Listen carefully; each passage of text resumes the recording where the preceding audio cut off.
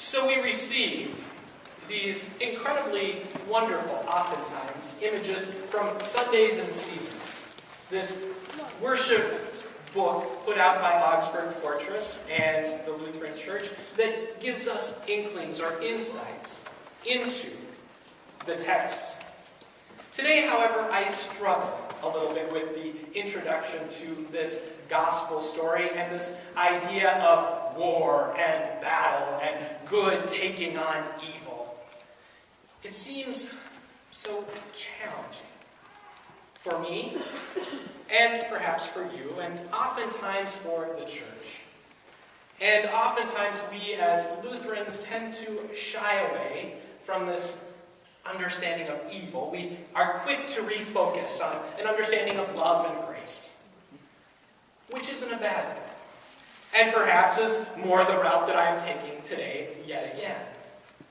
However, I think it is important for us to acknowledge, here at the outset of this gospel reading and at the beginning of Mark, that there is this sense of struggle, of the way the world is operating and those who are present in it, and of even this spirit, or these demons, as they are often called, within humanity. Things that aren't quite right. Things that challenge the holy, the good. And so we have here, right at the beginning of Mark, an acknowledgement of this one who is claimed and chosen by God, who enters into the holy place and encounters this unclean spirit. This sense of brokenness, perhaps of division or derision. And in that moment, Jesus stakes a claim for the good of the people. And as we are told, his fame spread throughout Galilee and the surrounding region. His fame spread. Let us start there today. And then think about what it means within the context of this larger story and narrative. For you see, today, when we think of fame, what are the things that we put together with it? What are the labels we associate? The money, the paparazzi, perhaps.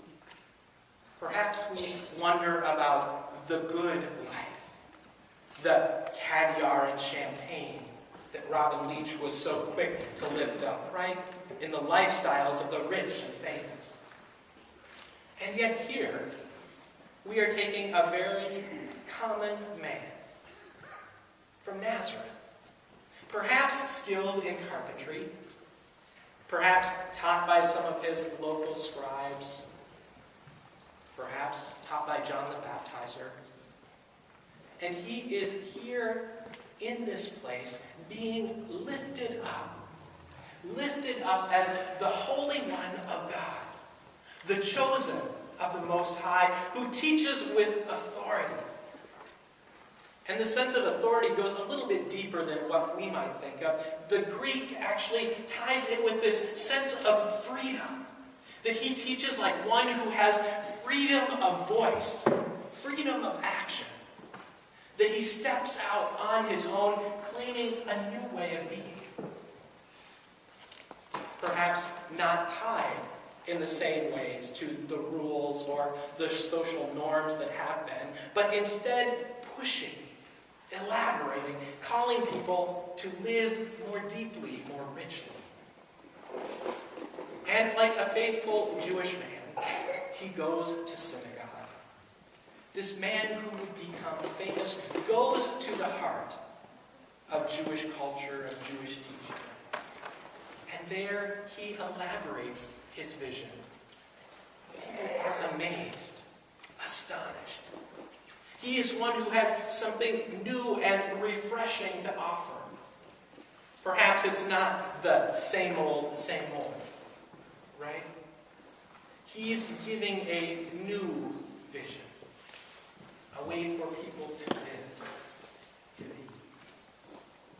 But here, in this space, gathered ideally with all of the faithful in the synagogue, there is one who recognizes the challenge of who he is going to be. And it's not the matriarch or patriarch of the synagogue. It's not the scribes who think, wow, he's got something going on here. What we have is, we have one with an unclean spirit who comes forth and proclaims him as God's Most High. Not one that we would expect to be the voice of proclamation. Not one we would expect to be an evangelist of sharing the good news of who Jesus is. It's someone broken, corrupted, wounded, hurt. So here, we are questioning perhaps for ourselves. What does that mean? What does that look like?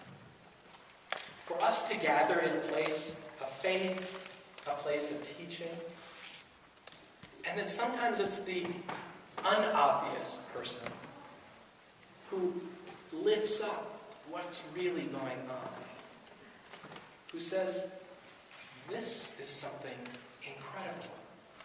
This Jesus has his pulse on something challenging, new. And that challenging is perhaps the correct word for this. Because this brokenness, this dis-ease, they know that Jesus is going to counter it. That the places of brokenness and hurt, when he puts out his hands, when he speaks a word of grace and hope for the people, it's going to change how the world operates. The systems that are the places of hurt, those places of deep longing and distress, Jesus is going to change them. So this demon, this unclean spirit, this sense of brokenness speaks out of a sense that things aren't going to be the same.